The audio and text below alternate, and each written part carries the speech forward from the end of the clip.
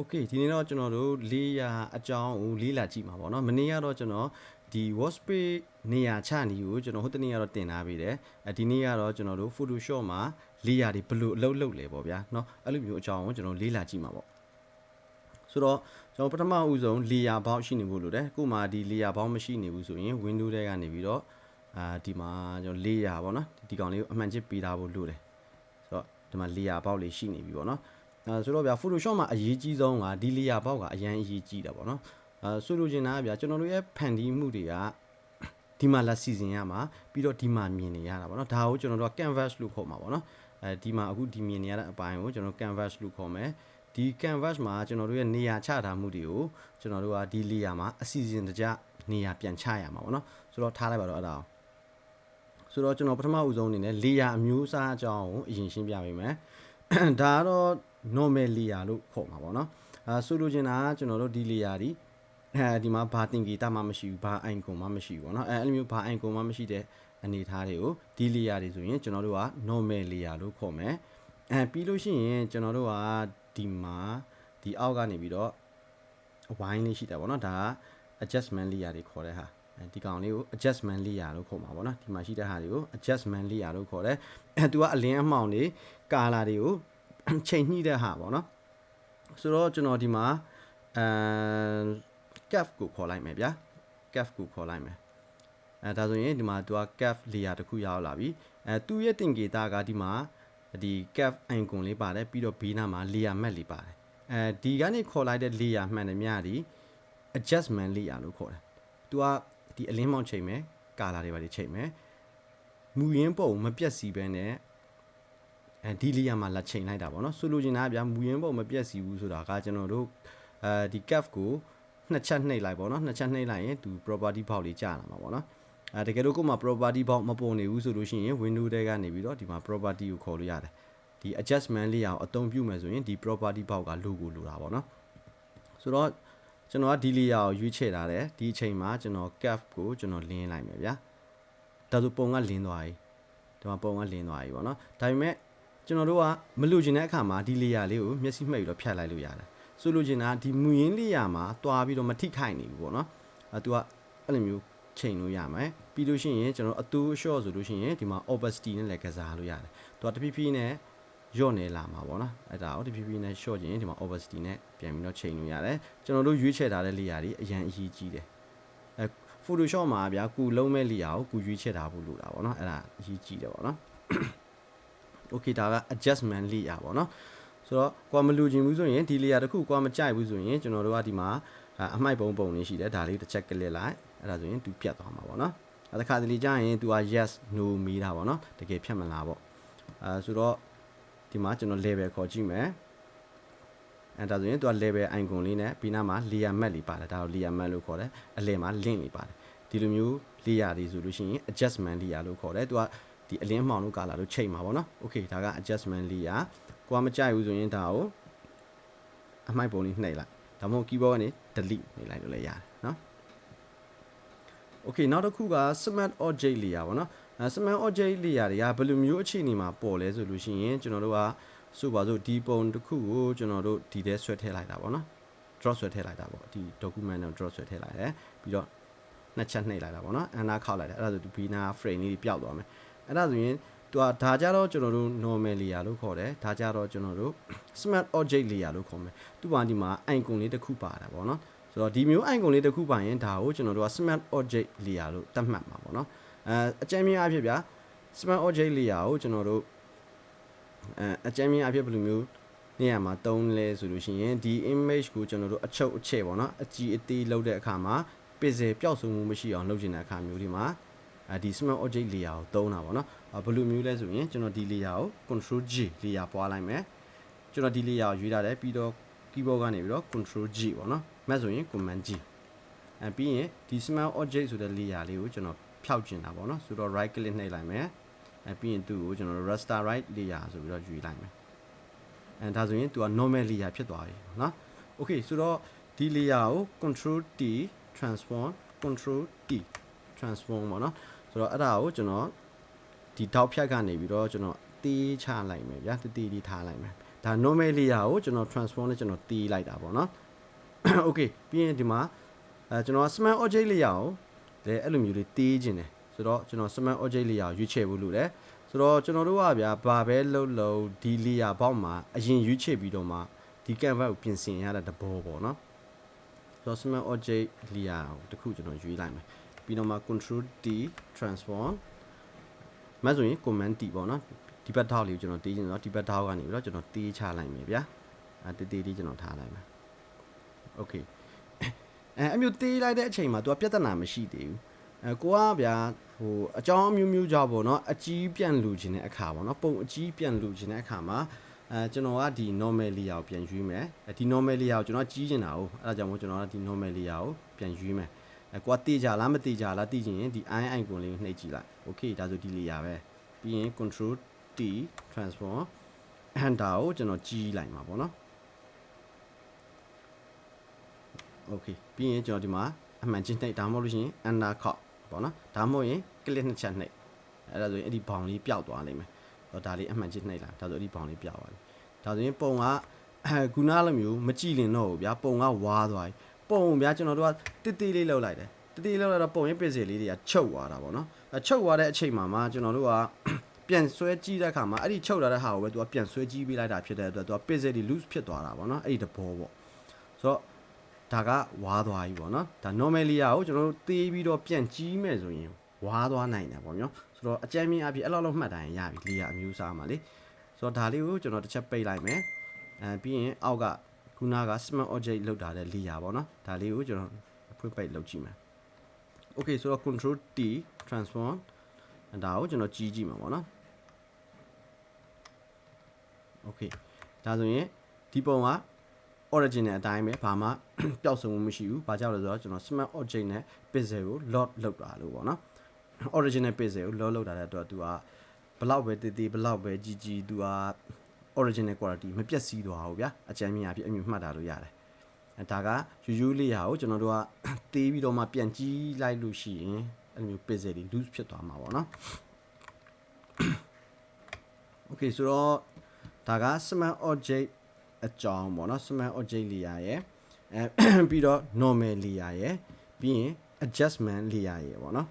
ဒါလောက်သိတာတဲ့ဆိုလို့ရှိရင်အဆင်ပြေပြီပေါ့နော်တခါကျွန်တော်ကအဓိက target อ่ะဗျာဒီ photo တမားတွေအတွက်ကိုကျွန်တော်အဓိကသွားခြင်းတာဆိုတော့ဒီ shape layer တို့ဘာလို့တော့ကျွန်တော်မပြတော့เนาะအကောင်ကမလိုအပ်ဘူးအကောင်က design လုပ်တဲ့လူတွေပဲလိုအပ်မှထင်တယ် shape layer ကျွန်တော်တို့မသုံးဘူးပေါ့เนาะကျွန်တော်မသုံးတာပေါ့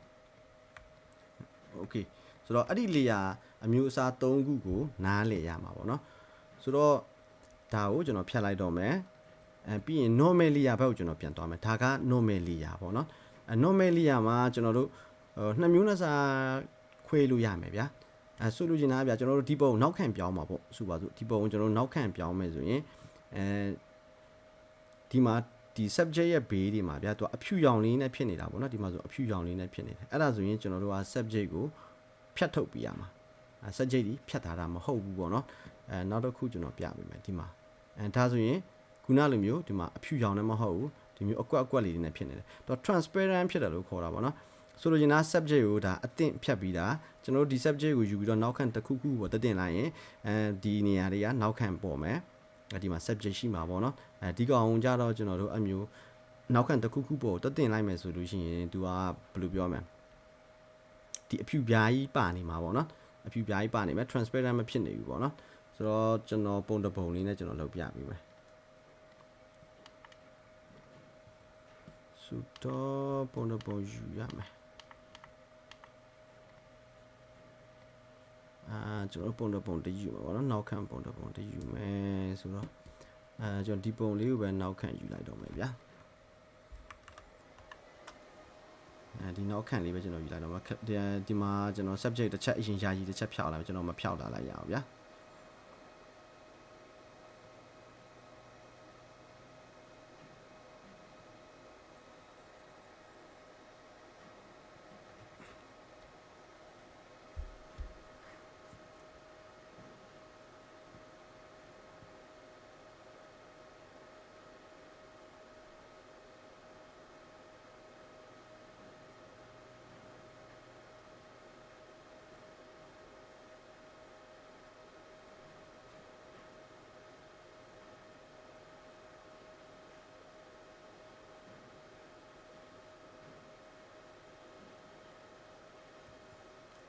ကျွန်တော်နောက်ခံ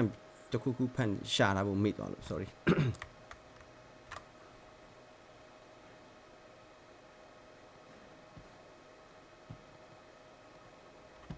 okay ဆိုတော့ခုနက untitled 3ဒါက Photoshop မှာကိုဖွင့်လာတဲ့ file တွေကိုဒီအပေါ်တက်လေးမှာကျွန်တော်တွားပြီးတော့ရွေးချယ်လို့ရအောင်ဒီမှာဆိုကျွန်တော် tab တစ်ပုံနှစ်ပုံသုံးပုံလေးပုံပေါ့နော်ပုံလေးပုံကျွန်တော်ဖွင့်လာတာပေါ့နော်ဆိုတော့ဒီ layer ကိုကျွန်တော်တို့ဒီခုနကနောက်ခံဖြောက်လာတဲ့ပုံကိုကျွန်တော်တင်ကြည့်မယ်ဗျာဆိုတော့ဒီ layer ကိုကျွန်တော် drop ဆွဲသွားမယ်ပြီးရင် untitled full လို့သွားမယ်ဒီနေရာမှာကျွန်တော် drop ချမယ်ဆိုတော့သူကဒီမှာအဖြူရောင်ရှိတဲ့နေရာလေးတွေကဒီမှာဒီအဖြူရောင်အချက်ကြီးပါပါတော့အဖြူရောင် sticker ပြားကြီးကပါနေတော့ဒီအောက်ကပုံမမြင်နေရဘူးပေါ့ဗျာဒီမှာဆိုဒီမှာ layer 10 minute ကြည့်ဒီမှာဆိုအကွက်လေးတွေတွေ့လားအဲ့ဒီနေရာတော့မြင်ရတယ်ဒီနေရာတွေတော့မြင်ရတာပေါ့နော်ဆိုတော့သူကအဲ့ဒီတဘောပေါ့နော်ဆိုတော့ဒီကောင်ဆိုရင်သူ့ရဲ့အောက်မှာ layer တစ်ခုရှိတယ်ဒါပေမဲ့ဒီအလွှာကဖုံးလာတဲ့အတွက်ကျွန်တော်တို့သူ့အောက်ကအလွှာကိုဒီ canvas မှာမမြင်နေရဘူးဆိုတော့ဒီကောင်ကျွန်တော်မျက်စိမှိတ်လိုက်ရင်ဒီမှာမြင်နေရတယ်ဒီကောင်ရှိနေမမြင်ရအောင်ဆိုတော့ဒီလိုမျိုး layer တွေကအဖြူရောင်နောက်ခံပါတဲ့ layer တွေပေါ့ဗျာဒါကတော့အခုခေတ်မှာတော့တိတ်မလို့တော့ပါဘူးအရင်ကကျွန်တော် manipulation လုပ်မယ်ဆိုလို့ရှိရင်ဗျာဒီ Google ကနေတက်ထားအောင်မယ်ဆိုလို့ရှိရင်အဲ့မျိုး transparent ဖြစ်တဲ့နောက်ခံတွေပေါ့နော်ဆိုတော့ subject တွေပေါ့နော်ဒီ transparent ဖြစ်တဲ့ subject တွေကိုပဲကျွန်တော်တို့ယူတာများတာပေါ့နော်နောက်ခံဖြတ်ပြီးသားပေါ့ဆိုတော့နောက်တစ်ခုသွားကြည့်မယ်ဒီကောင်က transparent ဖြစ်တဲ့ဟာပေါ့နော်ဆိုတော့ဒီကောင်ကိုကျွန်တော်တို့ဆွဲခေါ်ရမယ်အဲ့ဒါကိုကျွန်တော်ဒီထဲထည့်မယ်အဲ့ဒါဆိုရင်ဒီမှာ subject ကသူကတန်းဝင်တာပေါ့နော်နောက်ခံမရှိတော့ဘူးဒီမှာ layer မှာကြည့်မယ်ဆိုရင်ဒီနေရာမှာ transparent နေဖြစ်နေတာပေါ့နော်ဒီမှာ transparent တင်ကေတာလေးဖြစ်နေတယ်အဲ့လိုမျိုး layer တွေဆိုလို့ရှိရင် layer ရဲ့တစ်ခုနဲ့တစ်ခုထပ်ပြီးတော့ကျွန်တော်မြင်ရတဲ့သဘောမျိုးပေါ့နော်ဆိုတော့ layer ရဲ့အလုပ်လုပ်ပုံကျွန်တော်သွားမယ်ဆိုတော့ layer အမျိုးအစားတည်ပြီဗျာ layer အမျိုးအစားမှာ smart object ရှိမယ်normal layer ရှိမယ်ဒီ layer 3ခုလုံးဒီ normal layer ပဲသူ့မှာဘာတင်ကေတာမှမရှိဘူးပေါ့နော်ဆိုတော့adjustment layer ကဒီက layer တွေကိုကျွန်တော်တို့က adjustment layer လို့ခေါ်တယ်ဒါ adjustment layer လို့ခေါ်မယ်ပြီးလို့ရှိရင်ကျွန်တော်တို့ကဒါ yes ပေါ့နော်ဖြတ်မယ် yes ဒါဆိုကြံနေတဲ့ထပ်ဖြတ်ရမယ်ကျွန်တော်တို့ delete okay ပြတ်သွားပြီနောက်တစ်ခုက smart object layer ပေါ့နော် smart object layer ကခုနပြောသလိုမျိုးပုံတစ်ပုံကိုကျွန်တော်ဒီထဲဆွဲထည့်လိုက်တဲ့အခါမျိုးတွေမှာသူက smart object နဲ့ဝင်လာတာပေါ့နော်ဒီလိုမျိုးအလွှာတွေကိုကျွန်တော်တို့က smart object layer လို့ခေါ်တာပေါ့နော်ဆိုတော့ deleteဆိုတော့ဒီ normal layer ကိုလည်းကျွန်တော်တို့က smart object layer ပြောင်းလို့ရတယ်ဆိုတော့ကို smart object ပြောင်းခြင်းတဲ့ layer ကိုရွေးပြီးလို့ရှိရင် right click နှိပ်လိုက်ပြီးရင်ဒီမှာ convert to smart object ဆိုတာကိုနှိပ်လိုက်အဲ့ဒါဆိုရင်ဒီ layer က smart object layer ဖြစ်သွားပြီအဲ့ဒါဆိုရင်ကျွန်တော်တို့အကြီးအသေးလောက်လို့ရှိရင်လည်းသူက pixel loose မဖြစ်တော့ဘူးဆိုတော့အကြီးအသေးလောက်တာကဗျာဘယ်လိုပြောမလဲအနည်းအကျဉ်းလောက်လောက်မယ်ဆိုရင် smart object လောက်တာဖို့မလိုဘူးဆိုလို့ချင်းအများကြီးလောက်လိုက်မှာဗျာသလားဟို subject ကိုဗျာတသေးလေးအများကြီးအဲ့မျိုးတသေးလေးတီးလိုက်တော့မှပဲကျွန်တော်တို့က quality မပြတ်ချင် smart object အနေနဲ့ထားတာပေါ့နော်ဘာကြောင့်လဲဆိုတော့ကျွန်တော်တို့တစ်ချိန်ကြာလို့ဒီရုပ်လေးကိုကျွန်တော်တို့ကကြီးလို့ခြင်းတဲ့အခါမှာ control T နဲ့ပြန်ကြည့်တဲ့အခါမှာ quality မကျအောင်ပေါ့နော်ဒါဆိုရင်သူက quality မကျတော့ဘူးเนาะဒါကျွန်တော်ခုနတသေးလေးထားလိုက်တယ်ပြီးတော့ကျွန်တော်ပြန်ကြီးလိုက်တယ်အဲ့ဒါဆိုရင်သူက quality မကျတော့အဲ့လိုမျိုးအခြေအနေတွေမှာမှဒီ smart object ကိုသုံးမှာပေါ့ဗျာဆိုတော့ဒီ smart object layer ကိုပြန်ဖြတ်မယ်ဆိုရင် right click နှိပ်လိုက်သူ့ကိုကျွန်တော်တို့က raster right layer ဆိုပြီးတော့နှိပ်လိုက်ပေါ့နော် okay ဒါက layer အမျိုးအစားတွေပေါ့နော် okay layer အမျိုးအစားပြီးရင် layer ရဲ့အလုပ်လုပ်ပုံပေါ့နော်layer ရဲ့အလုပ်လုပ်ပုံကဘယ်လိုမျိုးလဲဆိုတော့သူကဒီ layer တစ်ခုနဲ့တစ်ခုပါဗျာဒါဆိုရင်အောက်မှာရှိတယ်ပေါ့နော်ပြီးတော့ဒီ layer ရဲ့အပေါ်မှာဒီ subject ရှိနေတယ်ဆိုတော့ကျွန်တော်ဒီမှာမြင်ရမယ်ဆိုရင်ဒီမှာ model subject ရှိတယ်ပြီးတော့အနောက်မှာ background ဒီမှာ model subject ရှိတယ်ပြီးတော့သူ့ရဲ့အနောက်မှာ background အဲ့လိုမျိုးသူကအစီအစဉ်တကြားဖြစ်နေတာပေါ့နော်ဆွေးလို့ရှင်တာကျွန်တော်တို့ကဒီ layer ကိုဒီအောက်ဆွဲချလိုက်မယ်ဒီမှာဆိုရင်အပြာရောင်ဘားတန်းလေးဖြစ်သွားပြီအပြာရောင်ဘားတန်းလေးဖြစ်သွားမယ်ဒီအောက်ဆွဲချလိုက်မယ်အဲ့ဒါဆိုရင်ပုံမှာကြည့်ကြည့်ဗျာနောက်ခံပြီးတော့မှ subject ဆိုတော့ဒီ canvas မှာလည်းနောက်ခံမမြင်ရတယ်အနောက်က subject မမြင်ရအောင်ဘာကြောင့်မမြင်ရလဲဆိုတော့ဒီအပေါ်ကအလွှာကဒီ subject တစ်ခုလုံးဖုံးနှမ်းတာလို့ပေါ့နော်ဒီ subject ထက်ကိုဗျာဒီအပေါ်ကအလွှာကြီးနေတဲ့အတွက်ဖုံးကွယ်ထားသလိုဖြစ်ပြီးတော့ဒီအောက်ကအလွှာကိုကျွန်တော်တို့မမြင်ရဘူးပေါ့နော် okay ဆိုတော့ तू อ่ะဒီ layer တွေက transparent ပုံစံမျိုးမှန်ချက်ပုံစံမျိုး तू อ่ะအလုပ်လုပ်တာဆိုတော့ဒီ layer မှာကျွန်တော်ဒီနားလေးကိုဖောက်လိုက်လို့ရှိရင်ဒီအောက်က subject ကိုကျွန်တော်တို့မြင်ရမှာပေါ့နော်ဆိုတော့ကျွန်တော်ဖောက်ကြည့်မယ်ကျွန်တော်ဒီမှာ lasso tool လေးယူလိုက်မယ်ပြီးတော့ဒီအပေါ်က background layer လေးကိုယူထားမှာပေါ့နော်ပြီးတော့ဒီနေရာလေးကိုကျွန်တော်တစ်ခွက်ကွက်လိုက်မယ် selection ကွက်လိုက်မယ်ပြီးတော့ click လွှတ်လိုက်မယ်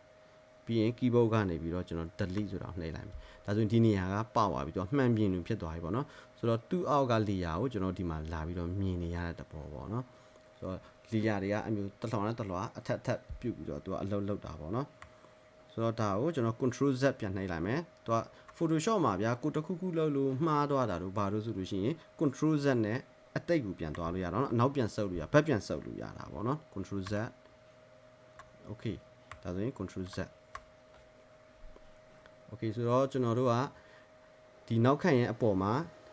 subject တင်နေတယ်ဆိုရင်ဒီ layer ဘောက်မှာလည်းကျွန်တော်တို့ကနောက်ခံရဲ့အပေါ်မှာ subject ရှိရမယ်အဲ့လိုမျိုး layer ကိုစီစဉ်ရမှာပေါ့နော်ဆိုတော့ဒါကိုကျွန်တော်ကင်ပြီးတော့အပေါ်ဆွဲတင်လိုက်မယ်ဒီမှာအပေါ်မှာအပြရောင်ဘားတန်းလေးဖြစ်မှကျွန်တော်တို့ mouse click ကိုလွှတ်ဖို့လိုတာပေါ့နော်ဒီတိုင်းဆွဲတင်လို့မရအောင်ကိုတင်ရတဲ့နေရာကိုအပြရောင်ဘားတန်းလေးမြင်နေရတယ်အဲ့မျိုးအပြရောင်ဘားတန်းလေးဖြစ်မှဒီ mouse click လွှတ်လိုက်လို့ရှိရင်တော့အပေါ်ရောက်သွားမှာပေါ့နော် okay ဒါက layer ရဲ့အလုပ်လုပ်ပုံပေါ့နော်ဆိုတော့ तू อ่ะဗျာအဲ့လောက်ထိမယူရှင်းဘူးပေါ့နော်တကယ် layer တွေအများကြီးဖြစ်လာတဲ့အခါမှာကျွန်တော်တို့ရှုပ်ထွေးသွားနိုင်တယ်ကျွန်တော်တို့တော့မှရှုပ်ထွေးတာပေါ့နော် layer တွေတအားများလာတဲ့အခါမှာပေါ့နော်ဆိုတော့အဲ့ဒါကြောင့်မို့ကျွန်တော်တို့အလေးအကျင့်တစ်ခုတော့လူတာပေါ့နော်ဟို layer များများနဲ့လေ့ကျင့်ပြီပေါ့ဘယ်လိုလေ့ကျင့်ရမလဲဆိုလို့ရှိရင်ကျွန်တော်တို့ဒီမှာဒီ YouTube video ရဲ့ link မှာကျွန်တော်လေ့ကျင့်မှုတစ်ပုံလေးတွေကျွန်တော်ထည့်ပေးလိုက်မယ်အဲ့ထဲမှာ download ဆွဲပြီးတော့ကိုလေ့ကျင့်ကြည့်ပေါ့နော်ဆိုတော့ကျွန်တော်ပုံလေးနည်းနည်းရှာမယ် Photoshop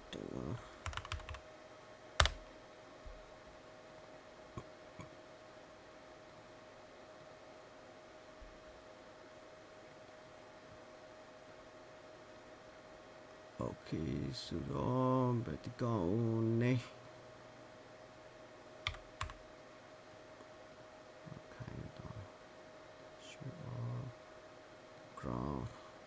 ဒီ ground ဆိုတဲ့ဟာတခုကိုကျွန်တော် download link နေပေးထားမှာပေါ့နော်အဲ့ဒါဒီ send ကြည့်ဗျာဆိုတော့ဒီမှာကျွန်တော်တို့လေ့ကျင့်မှုအတွက်ဆိုရင်ကျွန်တော်နောက်ခံတစ်ခုခုထည့်မှာပေါ့နော်ဆိုပါစို့ကျွန်တော်ဒီနောက်ခံလေးကိုကျွန်တော် Photoshop ရဲ့ drop ဆွဲထည့်မှာပေါ့နော်သူက Photoshop ရဲ့ထည့်တဲ့အခါမှာသူကနှစ်မျိုးရှိတာပေါ့နော်ကိုကလက်ရှိ document နဲ့ထည့်မှာလားပေါ့နော်အခုလက်ရှိဖွင့်လာတဲ့ဒီပုံလေးကိုထည့်မှာလားဒါမှမဟုတ်လို့ရှိရင်ဒီပုံ file အတစ်အနေနဲ့ဖွင့်ချင်တာဒီလိုမျိုး file အတစ်အနေနဲ့ဖွင့်ချင်တာလားပေါ့နော်ဒီမှာဆို1 2 3 4 file ပဲရှိသေးတယ်နောက်ထပ်တစ် file 5 file အနေနဲ့ဖွင့်မှာလားပေါ့နော်ဆိုတော့ကျွန်တော်ကတော့အလွယ်ဆုံး drop ဆွဲထည့်တာကိုကျွန်တော်ကြိုက်တာပေါ့နော်တကယ်လို့ကဒီ document နဲ့ပဲထည့်မယ်ဆိုရင်ဒီပုံလေးကိုပဲထည့်ခြင်းနဲ့ဒီထဲကို drop ဆွဲထည့်လိုက်အဲ့ဒါဆိုရင်ဒီထဲကိုပုံရောက်လာလိုက်မယ် okay အဲ့လိုမှမဟုတ်ဘူးကွာ document အတစ်တစ်ခုအနေနဲ့ထည့်ခြင်းတာဆိုလို့ရှိရင်ဒီပုံယူပါပြီးလို့ရှိရင်ဒီအပေါ်ကဘာတန်းလေးပေါ့နော်ဒီအပေါ်ကတစ် file 2 file 3 file 4 file အဲ့ဒီ file တွေရှိတဲ့ဘာတန်းလေးအပေါ်မှာလွတ်တဲ့နေရာလေးမှာကျွန်တော်တို့ဒီကောင်လွတ်ချပေးလိုက်အဲ့ဒါဆိုရင်သူရဲ့ file တစ်ခုအနေနဲ့တည်တံ့ပြန်ဝင်လာမှာပေါ့နော် okay ဆိုတော့ကျွန်တော်တို့ဒီမှာ layer တစ်ခုရောက်နေပြီကျွန်တော်နောက်ထပ်ပုံလေးတွေထည့်ဆန်းကြည့်မှာပေါ့နော်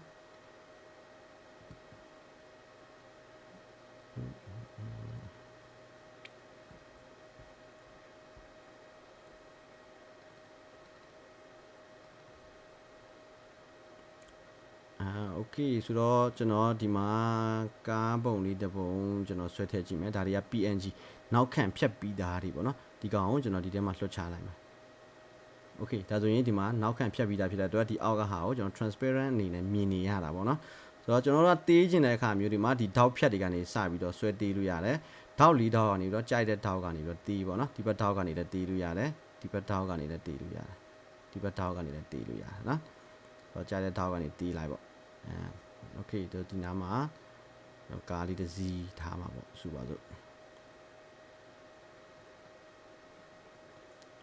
โอเคပြီးရင်ကလစ်ကိုနှစ်ချက်နှိပ်လိုက်ပေါ့နော်နောက်တစ်ခုကလေကျွန်တော်တို့Photoshop မှာအရေးကြီးဆုံးကကျွန်တော်တို့ layer ဘောက်ကအရေးကြီးတယ်ပြီးလို့ရှိရင်ကိုဒီဘယ်အလုပ်ပဲလုပ်နေသည်ဖြစ်စေ move to ကိုအမြဲရွေးထားပေးပေါ့နော် move to ကိုအမြဲရွေးထားပေးကိုဆိုလိုချင်တာဗျာကျွန်တော် selection မှတ်ရင် lasso tool ကိုရွေးမှာပေါ့နော်ဆိုပါတော့ဒီ tool အကြောင်းတွေနောက်ကျွန်တော်ရှင်းပြပေးမယ်အမျိုးတခြား tool တွေကိုမရွေးထားနဲ့ဗျာကို layer တွေကိုစီမံနေတဲ့အချိန်တွေမှာဆိုရင် move to ကိုဒါရွေးထားပေး ဆိုတော့ဒီမှာဆိုရင် layer နှစ်ခုဖြတ်သွားပြီ background ပြီးတော့ car အခုဒီမှာကျွန်တော်တို့မြင်နေရတာလည်း background ပြီးတော့ car မြင်နေရတာပေါ့နော် okay ကျွန်တော်ဒါ layer နှစ်ခုရှိသွားပြီနောက်တစ်ခုထပ်ထည့်ကြည့်မယ်ဗျာဆိုတော့ဒီတစ်ပင်လေးတစ်ပင်ထည့်ကြည့်မယ်အဲဒီမှာတစ်ပင်လေးတစ်ပင်ရပြီပေါ့နော်အဲဆိုတော့ကြီးချင်းတယ်ဆိုလည်းအမျိုးပဲခုနလိုမျိုးဒီမှာကြီးလိုက်လို့ရတယ်အဲဆိုတော့ဒီနားမှာထားမယ်ကျွန်တော်ကဒီမှာ layer 3ခုရပြီပေါ့နော်ဆိုတော့ဒီမှာ layer 3ခုရပြီတစ်ပင်ပြီးရင်ကားပြီးရင်နောက်ခံ okay ဒီမှာကျွန်တော်မြင်နေရတာလဲတစ်ပင်ပြီးတော့မှတစ်ပင်ရဲ့အနောက်မှာကားရှိတယ်ကားပြီးတော့မှနောက်ခံလာတယ်ကျွန်တော်လိုချင်တာကကားပြီးလို့ရှိရင်ကားရဲ့အနောက်မှာတစ်ပင်ပြီးတော့မှနောက်ခံအဲ့လိုမျိုးကျွန်တော်လိုချင်တာဆိုတော့ကျွန်တော်တို့ဒီအစီအစဉ်ကိုကျွန်တော်ဒီမှာလာပြန်ပြောင်းရမှာဒီကနေပြီးတော့ကျွန်တော်ဒီလိုမျိုးဆွဲတော့နှိုက်ထည့်လိုက်လို့မရဘူးကျွန်တော်တို့ကအဓိကကြီး layer မှာအလုပ်လုပ်တာဆိုတော့ layer မှာအစီအစဉ်ပြန်ချပေးရမှာပေါ့နော်ဆိုတော့ဒီတစ်ပင် layer ကိုဒီကား layer နဲ့နောက်ခံ layer ကြားကိုကျွန်တော်တို့ဆွဲထည့်ပေးဖို့လိုတယ်ဆိုတော့ဒီ layer ရဲ့ဒီလွတ်တဲ့နေရာမှာကျွန်တော်တစ်ချက် click လိုက်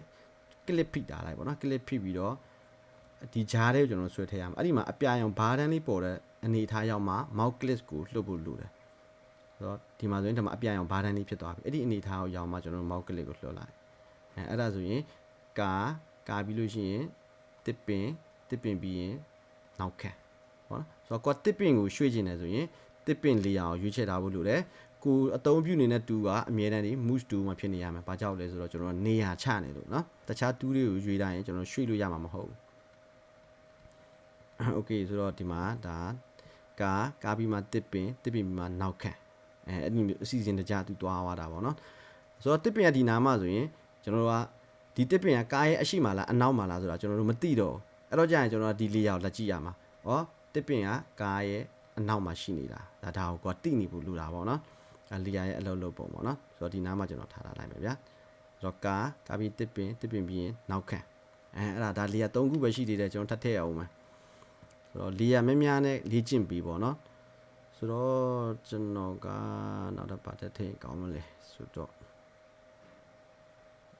့ဒီကောင်လေးထည့်မယ်ဒီကျွဲပုံလေးတစ်ခုထည့်ကြည့်မှာပေါ့နော် okay ဒါဆိုကျွဲလေးရလာပြီကိုကဒီ subject ကိုပေါ့နော်ဒီ subject ကိုအကြီးအသေးလုပ်ချင်တဲ့အခါမှာကျွန်တော် control T transform ပေါ့နော် control T transform လုပ်လိုက်အဲ့ဒါဆိုရင်ဒီ၄တောက်ပေါက်လေးပြန်ပေါ်လာလိုက်မယ်အမ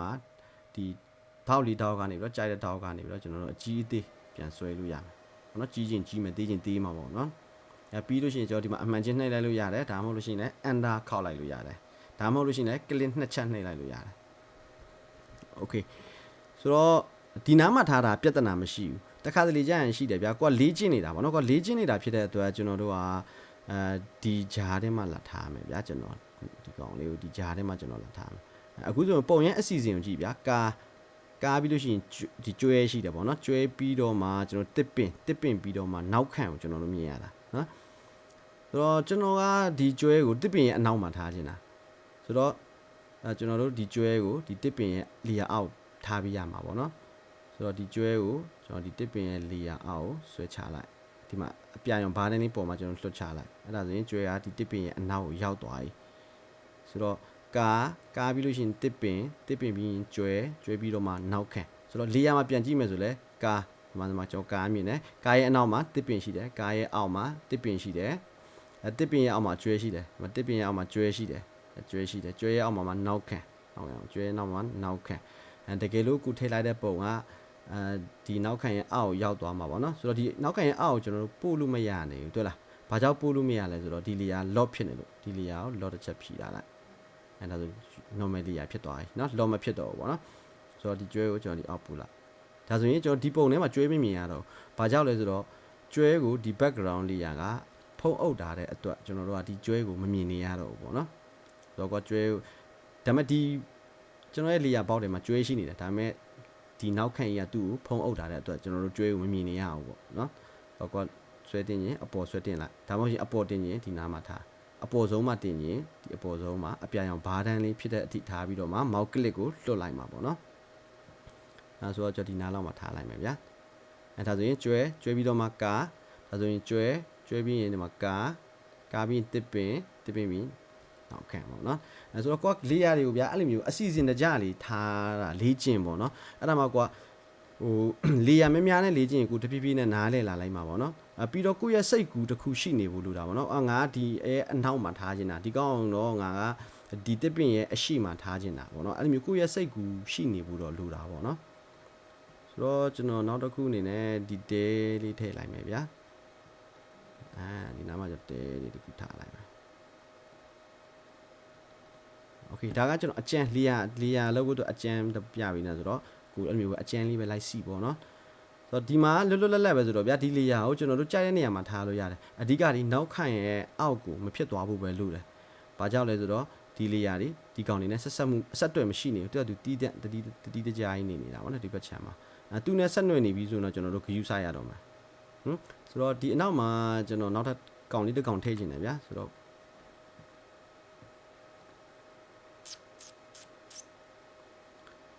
့ဆိုပါစို့ကျွန်တော်ဒီအပင်လေးတစ်ပင်ထည့်မှာပေါ့နော်ဆိုတော့ဒီအပင်လေးတစ်ပင်ထည့်လိုက်မယ်ဒီတဲရဲ့အနောက်မှာဒီအပင်လေးတစ်ပင်ထည့်ခြင်းဆွဲကြည့်လိုက်မယ်ဒီနားလေးโอเคကျွန်တော်ကဒီတဲရဲ့အရှိမလိုချင်တာမဟုတ်တဲရဲ့အနောက်မှာလိုချင်တာဒါပေမဲ့ပုံကတဲရဲ့အရှိကိုရောက်နေတာပေါ့နော်ဆိုတော့ကျွန်တော်စဉ်းစားရမှာဒီအပေါ်လေးရတစ်ချက်မိတာဒီနှစ်ခုပဲရှိတာဖြစ်တဲ့အတွက်ဒီနေရာကိုကြည့်မှာပေါ့နော်ဆိုတော့တဲရဲ့အပေါ်မှာအပင်ရှိနေတယ်ဟိုအပေါ်မှာတရှိနေလို့ရှိရင်သူကဒီမှာပဲပြမှာပဲနော်ကျွန်တော်တဲရဲ့အောက်မှာထားခြင်းတာဆိုတော့ဒီအပင်ကိုတဲလေးရရဲ့အောက်မှာထားတာပြလိုက်အဲ့ဒါဆိုရင်တဲရဲ့အောက်မှာဒီအပင်လေးရှိတယ်တဲရဲ့အနောက်မှာဒီအပင်လေးရှိနေတာပေါ့ဗျာအဲ့လိုမျိုးအဲ့လိုမျိုးကလေယာတွေအများကြီးကိုဟိုရွှေ့ရွှေ့လိုက်ရွှေ့ကြည့်ပေါ့နော်နောက်တစ်ခုကကျွဲရှိနေတာဆိုပြီးတော့ဒီကျွဲကိုကလစ်နဲ့ဒီလိုမျိုးရွှေ့သွားလို့မရဘူးအဲ့လိုမျိုးရွှေ့တာကိုကျွန်တော် recommend မပေးဘူးကျွန်တော်လည်းမကြိုက်ဘူးဘာကြောင့်လဲလေယာနည်းနည်းလေးမှဒီကောင်ကအလုပ်ဖြစ်တယ်ဆိုပေမဲ့လေယာတွေ adjustment လေယာတွေ opacity short လာတဲ့အလွှာတွေပါလာပြီးဆိုရင်အဲ့လိုမျိုးရွှေ့တာ short ရှိနိုင်တယ်ဆိုတော့အကောင်းဆုံးကလေကျွန်တော်တို့လေယာမှာရွေးချယ်ပြီးတော့မှရွှေ့တာကိုကျွန်တော် recommend ပေးတယ်ဒီ auto select ဆိုတဲ့ကောင်ဟိုကျွန်တော်ဆိုရင်တော့ကျွန်တော်ပိတ်ထားတာပေါ့နော်ဒါကျွန်တော်ရဲ့ personally အမြင်အရကျွန်တော်မကြိုက်တာပေါ့နော်ဒီ auto select ကိုကျွန်တော်မကြိုက်ဘူးဆိုတော့ကိုကဒီကျွဲကိုဒီရဲ့အနောက်မှာကျွန်တော်ထားခြင်းတာဆိုတော့မောက်ကိုကျွဲပေါ်မှာထားရတော့ကျွန်တော်ဒီမျိုးရွှေ့သွားလို့မရအောင်အခုဆိုကျွန်တော်ရွှေ့လိုက်ရင်တစ်ပင်ပဲရွှေ့နေတာဘာကြောင့်တစ်ပင်ပဲရွှေ့နေလဲဆိုရင်ကျွန်တော်ရွေးချယ်ထားတဲ့လေယာကတစ်ပင်လေယာကြီးဖြစ်နေလို့ပေါ့နော်ဆိုတော့လေယာဘောက်ကအရေးကြီးတယ်ကိုကဘာပဲလှုပ်လေယာကိုတွားပြီးတော့ပြန်ကြည့်ရမှာကိုကကျွဲရွှေ့နေတာအဲ့ဒါဆိုရင်ကျွဲကိုရွေးဒီလေယာကျွဲလေးရလားမတိကြဘူးဆိုရင်မျက်စိလေးမှိတ်ကြည့်ဒါဆိုရင် okay ဒါကတော့ကျွဲလေးရပဲမှန်ပြီးပေါ့နော်ဆိုတော့ဒီလေယာကိုရွေးပြီးရင်ဒီမှာကျွန်တော်ရွှေ့လို့ရပြီဒါကျွဲကျွန်တော်ရွှေ့လာရပြီနော်ဆိုတော့ကျွဲကိုကျွန်တော်ကဒီအနောက်မှာထားခြင်းတာဗျာဒီနားလေးမှာကျွန်တော်ထားခြင်းတာဒီတဲရဲ့ဟိုဘက်အနောက်လေးမှာဒီကောင်မျက်စားနေတဲ့ပုံစံမျိုးလေးပေါ့နော်ကျွန်တော်အမျိုးလေးလာထားခြင်းတာဒါပေမဲ့ဒါကတဲရဲ့အရှိဘက်မှာကွယ်နေတာဆိုတော့ဒီကျွဲကိုကျွန်တော်တို့ကတဲရဲ့အနောက်ပို့ပေးရမှာဆိုတော့တဲလေးရအောင်ရှာပါတော့ဒါကတဲလေးရဆိုတော့ဒါကိုကျွန်တော်တို့ကဒီတဲလေးရရဲ့အောက်ပို့လိုက်အဲ့ဒါဆိုဒီမှာဒီအနောက်ရောက်ပါပြီဒီအနောက်လေးမှာကျွန်တော်ထားတာပေါ့ကိုကအဲ့လိုမျိုးဗျာကိုယ့်ရဲ့စိတ်ကူးလေးနဲ့ကိုလေယာတွေကိုနားလဲအောင်လေ့ကျင့်ပေါ့နော်ပြီးတော့ခက်မြများလေ့ကျင့်ပြီးပေါ့နော်ဒါကလေယာတွေအလုံးလုံးတဲ့ပုံပေါ့နော်ဒါလေယာတွေကဒီလိုမျိုးအလွှာလေးနဲ့အလုံးလုံးတာသူကမှန်ချက်လိုပဲတကယ်လို့ဒီကောင်ကအပေါ်ဆုံးမှလာရှိနေမယ်ဆိုရင်ကျွန်တော်တို့ဘာမှမြင်ရမှာမဟုတ်တော့ဘာကြောင့်လဲဆိုတော့ဒီအလွှာကဒီအားလုံးကိုဖုံးအုပ်ထားတဲ့အတွက်မမြင်ရဘူးပေါ့နော်အမှန်မှာအဲ့ဒါရှိနေတယ်ဒီအလွှာကသူ့ဖုံးအုပ်ထားတဲ့အတွက်မမြင်ရတာဆိုတော့အလွှာကိုအောက်ဆုံးမှာထားတာโอเคဒါကလေယာအကြောင်းပေါ့နော်လေယာမှာ normal layer ရှိမယ် smart object layer ရှိမယ်ပြီးရင် adjustment layer တွေရှိမယ်ပေါ့နော်โอเคဆိုတော့ကျွန်တော်နည်းနည်းလေးထပ်သွားလိုက်မယ်ဗီဒီယိုတော့နည်းနည်းရှိသွားပြီဗျာဒါ normal layer ဒါ adjustment layer ဒီမှာ icon လေးပါတဲ့ဟာဆိုလို့ရှိရင်ဒါ adjustment layer လို့သတ်မှတ်ပေါ့နော်โอเคဆိုတော့ကျွန်တော်တို့နောက်တစ်ခုအနေနဲ့ adjustment layer လေးတုံးကြည့်မယ် adjustment layer ဘယ်လိုလုပ်လဲပေါ့နော်ဆိုတော့ကျွန်တော် curve တစ်ခုကိုခေါ်လိုက်မယ်ဆိုတော့သူ့ရဲ့အလုပ်လုပ်ပုံကဗျာကိုကဘယ် layer ကိုရွေးချယ်တာလဲပုံမူတည်တယ်ဆိုပါစို့ကျွန်တော်ကဒီဒုတိယ layer ကိုရွေးချယ်တာတဲ့အချိန်မှာကျွန်တော်ကဒီကနေပြီးတော့ကျွန်တော်က cap ကိုခေါ်လိုက်မယ်ဆိုရင်ကျွန်တော်ရွေးချယ်ထားတဲ့ layer ရဲ့အပေါ်မှာ adjustment layer တစ်ခုရောက်လာမယ် cap layer လေးရောက်လာမှာပေါ့နော်ဆိုတော့ဒီကောင်နှစ်ချက်နှိပ်လိုက်ဒီ icon လေးနှစ်ချက်နှိပ်လိုက်ရင်ဒီမှာ property box လေးပေါ်လာလိမ့်မယ်ဒီ property box မှာကျွန်တော်ဆွဲပြီးတော့ကြီးလင်းလိုက်လို့ရတယ်ဟုတ်နော်ဆိုတော့ သူကအဓိက adjustment layer ရဲ့အလုပ်လုပ်ပုံကဘယ်လိုမျိုးလဲဆိုတော့ဗျာဒါကိုကျွန်တော်အများကြီးမှောင်ပြလိုက်မယ်ဒါတော့အများကြီးကျွန်တော်မှောင်လိုက်မယ်သူကသူ့အောက်က layer တွေကိုပဲသူကအကျိုးတက်ရောက်မှုဖြစ်တာ adjustment layer လေသူ့ရဲ့အောက်မှာရှိတဲ့ layer တွေအားလုံးကိုအကျိုးတက်ရောက်မှုဖြစ်စေတယ်ဒါပေမဲ့သူ့ရဲ့အပေါ်မှာရှိတဲ့ layer တွေကိုတော့ဒီ adjustment layer တွေအကျိုးတက်ရောက်မှုမရှိဘူးဒီမှာကျွန်တော်မှောင်လိုက်တာသူ့အောက်မှာပါရှိတယ်ဆိုတော့တစ်ပင်ရဲ့နောက်ခံရယ်ပဲရှိတာဆိုတော့ဒီမှာတစ်ပင်နဲ့နောက်ခံကကျွန်တော်မှောင်လိုက်တဲ့အတွက်ကတ်မှာမှောင်လိုက်တဲ့အတွက်သူမှောင်သွားပြီဒါပေမဲ့အပေါ်ကကျွဲဘာမှအလင်းမှောင်ပြောင်းလဲမှုမရှိဘူးဒီဇရက်လေးလည်းဘာမှအလင်းမှောင်ပြောင်းလဲမှုမရှိဘူးဒီတစ်ပင်လေးလည်းဘာမှအလင်းမှောင်ပြောင်းလဲမှုမရှိဘူးဒီကားလည်းအလင်းမှောင်ပြောင်းလဲမှုမရှိဘူးဆိုတော့ adjustment layer ရဲ့အလုပ်လုပ်ပုံကသူ့အောက်ကအလွှာတွေကိုပဲသူကအကျိုးတက်ရောက်မှုဖြစ်ပေါ်စေတာပေါ့နော်ဆိုတော့ကိုဒီအောင်မယူတော့ဘူးဆိုရင်ဒီ layer ကိုဒီမှာအမှိုက်ပုံလေးနှိပ်လိုက် delete ဒါဆိုပြတ်သွားပြီဆိုတော့ကိုကအားလုံးအပေါ်မှာအကျိုးတက်ရောက်မှုဖြစ်စေခြင်းတဲ့အခါမှာအပေါ်ဆုံးက layer ကိုရွေးတာပေါ့နော်အပေါ်ဆုံးက layer ကိုရွေးတာပြီးတော့မှကျွန်တော်ဒီကနေပြီးတော့ cap ပေါ့နော် cap ပြီးတော့မှကျွန်တော်ဒီမှာမှောင်ချလိုက်မယ် okay ဒါဆိုရင်သူ့အောက်က layer တွေအကုန်လုံးဒီ cap ရဲ့ effect တက်ရောက်မှုဖြစ်သွားပြီပေါ့နော်အမှကွာကားမထိချင်ဘူးဆိုရင်ဒီ adjustment layer ကိုဒီကားရဲ့အောက်ပို့လိုက်အဲ့ဒါဆိုရင်ကားမထိတော့ကားမထိတော့အဲ့ဒါမှမဟုတ်ဘူးကိုကဒီတစ်ပင်လေးမထိချင်ဘူးဆိုရင်ဒီတစ်ပင်လေးအောက်ပို့လိုက်အဲ့ဒါဆိုဒီတစ်ပင်မထိတော့ဘူးဒီဇရက်လေးမထိချင်ဘူးဆိုရင်ဒီဇရက်လေးရဲ့အောက်ပို့လိုက်အဲ့ဒါဆိုရင်ကျွဲရဲ့တစ်ပင်ရဲ့နောက်ခံရဲ့ဒီမှာကျွဲရဲ့တစ်ပင်ရဲ့နောက်ခံရဲ့ပဲမှောင်အောင်ဒီ effect ထိပါမှာကျန်တဲ့ဟာတွေမထိဘူးပေါ့နော်ဆိုတော့ဒါက adjustment layer ရဲ့အလုပ်လုပ်ပုံပေါ့နော်နောက်တစ်ခုကဒီ adjustment layer မှာကျွန်တော်တို့ကတူတယောက်တည်းကိုညွှန်ပြပြီးတော့ effect တက်ရောက်ခိုင်းလို့ရတာပေါ့နော် effect တက်ရောက်ခိုင်းလို့ရမယ်ဆိုပါစို့ကျွန်တော် cap ပဲထပ်ခေါ်မယ်ဒီအနေထားမှာကျွန်တော်ကဒီကျွဲကိုပဲကျွန်တော်ကမှောင်ချင်တာဆိုတော့ဒီမှာကျွန်တော်မှောင်ချလိုက်တယ်ဗျာဒါပေမဲ့ဒီအောက်ကလေးတွေအကုန်လုံးက effect တက်ရောက်မှုဖြစ်သွားတယ်ကျွဲရောတစ်ပင်ရောနောက်ခံရောအကုန်လုံးက effect တက်ရောက်မှုဖြစ်သွားတယ်ကျွန်တော်ကဒီကျွဲလေးကိုပဲကျွန်တော်ကဒီ cap ရဲ့ effect တက်ရောက်မှုဖြစ်စေချင်တာအဲ့လိုမျိုးဆိုလို့ရှိရင်ကိုကဘယ်လိုမျိုးလုပ်ရမလဲဆိုလို့ရှိရင်ကို effect တက်ရောက်မှုဖြစ်စေခြင်းနဲ့ layer ကိုအရင်ရွေးပေါ့နော်ဆိုပါစို့ကျွန်တော်ကဒီတဲအိမ်လေးကိုကျွန်တော်ကနည်းနည်းလေးမှောင်ခြင်းနဲ့ဆိုပါစို့အဲ့ဒါဆိုရင်ဒီတဲအိမ် layer လေးရွေးတာပြီးလို့ရှိရင်ကျွန်တော်တို့က cap ကိုခေါ်လိုက်မယ်တခုခုပေါ့နော် cap မှမဟုတ်ဘူးเนาะဒီမှာ brightness contrast level ကြိုက်တာခေါ်လို့ရတယ်ဒီမှာတော့ကျွန်တော် cap ပဲခေါ်လိုက်တော့မှာ cap ဒါဆိုရင်ဒီတဲ layer ရဲ့အပေါ်မှာ cap layer တခုရောက်လာပြီအဲ့ဒါကိုကျွန်တော်တို့ကဒီမှာမှောင်ချလိုက်မယ်ဆိုရင်သူ့အောက်က layer တွေအကုန်လုံးမှောင်ရမယ်ကျွန်တော်ကအဲ့လိုမျိုးမမှောင်ခြင်းဒီတဲသလုံးကိုပဲမှောင်စီခြင်းတာအဲ့ဒါဆိုရင်ဒီ property ဘောက်မှာဒီမှာ clip payment icon လေးရှိတယ်ဒီကောင်လေးတစ်ချက် click လိုက်အဲ့ဒါဆိုရင်ဒီ layer ကဒီမှာမြားတင်ဂီတာလေးနဲ့သူ့အောက်က layer ကိုညွှန်ပြထားတာပေါ့နော်ဆိုလိုချင်တာကဗျာဒီ cap ရဲ့ effect ကဒီ layer တစ်ခုမှာပဲတက်ရောက်မှုဖြစ်သွားတာပေါ့ကျန်တဲ့နေရာတွေမှာတက်ရောက်မှုမရှိတော့ဘူးအဲ့လိုမျိုးကျွန်တော်တို့က adjustment layer တွေကိုခွဲခြားပြီးတော့အလင်းမှောင်ပြန်ချိန်လို့ရတာပေါ့ဗျာကိုကလင်းချင်းရင်လင်းမှာပေါ့ဒါမှမဟုတ်မှောင်ချင်းမှောင်မှာပေါ့နည်းနည်းလေးပဲကစားမယ်ဆိုလည်းနည်းနည်းလေးပေါ့ဟုတ်လားဆိုပါစို့ကျွန်တော်ကဒီကား layer လေးကိုလည်းကျွန်တော်မှောင်ချင်းတယ်အဲ့ဒါဆိုရင်ကား layer ကိုယူလိုက်ဒါကား layer ကိုယူလိုက်ပြီးလို့ရှိရင်ဒါကို cap ခေါ်လိုက်ဒါဆိုရင်ကား layer ရဲ့အပေါ်မှာ cap layer တစ်ခုရောက်လာမယ်ပြီးတော့မှကျွန်တော်ကားကိုပဲအလင်းမှောင်ချိန်နေတာဆိုတော့ဒီ property ဘောက်မှာဒီ clip payment icon လေးတစ်ချက် click လိုက်ဒါဆိုရင်မြားလေးနဲ့ဒီကားလေးရအောင်သူကဘယ်လိုပြောမလဲ effect တက်မှုဖြစ်အောင်သူက lock ချလိုက်ပြီပေါ့နော်ပြီးတော့မှဒါကိုကျွန်တော်တို့ကမှောင်ဆိုအောက်လေးနဲ့ဆွဲထားဆိုကားပဲမှောင်တော့မှာကျန်တဲ့အရာတွေမမှောင်တော့ဘူးเนาะဒါက clip payment ရဲ့အလုပ်လုပ်ပုံပေါ့နော်ဆိုတော့layer ကိုကျွန်တော်တို့အဲ့လိုမျိုးလေးတွေလေ့ကျင့်ပေါ့နော်layer များနဲ့လေ့ကျင့်ပြီးရင် adjustment layer တွေရဲ့အလုပ်လုပ်ပုံနားလည်ဖို့လိုတယ်ဒီ smart object layer ရဲ့အလုပ်လုပ်ပုံသိနေဖို့လိုတယ်ဒီ normal layer မှာဆိုလို့ရှိရင်လည်းဘယ် layer က transparent ဖြစ်တယ်ဘယ် layer transparent မဖြစ်ဘူးဆိုတာကိုသိနေဖို့လိုတယ် transparent ဖြစ်တယ်ဆိုတာဒီမှာကျွဲ layer ကျွန်တော်ထည့်လိုက်ဒီပြီးနားမှာလေကြားခွက်လိုမျိုးစကားခွက်လေးရှိတာပေါ့နော်အဲ့ဒါဆိုရင်ဒီနေရာက transparent ဖြစ်တဲ့နေရာဆိုတော့ဒီမှာကျွဲပဲသူ့ရဲ့အနောက်ကဟာတွေ transparent ဖြစ်နေတဲ့အတွက်သူ့အောက်က layer တွေအကုန်လုံးကိုကျွန်တော်မြင်နေရတာပေါ့နော်ဆိုတော့ဒီ layer တွေကိုကျွန်တော်တို့အမျိုးဖြည်းချင်းလေ့ကျင့်ပေါ့နော်ချက်ချင်းတော့တူတတ်မှာမဟုတ်ဘူးကျွန်တော်တို့အချိန်ပေးပြီးလေ့ကျင့်ဖို့လိုတယ်စိတ်ရှိဖို့လိုတာပေါ့နော်ဆိုတော့ဗီဒီယိုမှာတော့ကျွန်တော်အများကြီးပြောလိုက်မိတယ်ဗျာ ဆိုတော့ကိုကဖြည်းချင်းကြည့်ပေါ့နော်ဖြည်းချင်းကြည့်ပြီးတော့ဖြည်းချင်းလေ့ကျင့်ပေါ့နော်ကိုနိုင်တဲ့လောက်ကိုပဲရက်ပြီးတော့လေ့ကျင့်ပေါ့နော်โอเคဒါကတော့ကျွန်တော် layer ရဲ့အလုပ်လုပ်ပုံကိုကျွန်တော်ရှင်းပြတာပေးတာပေါ့နော်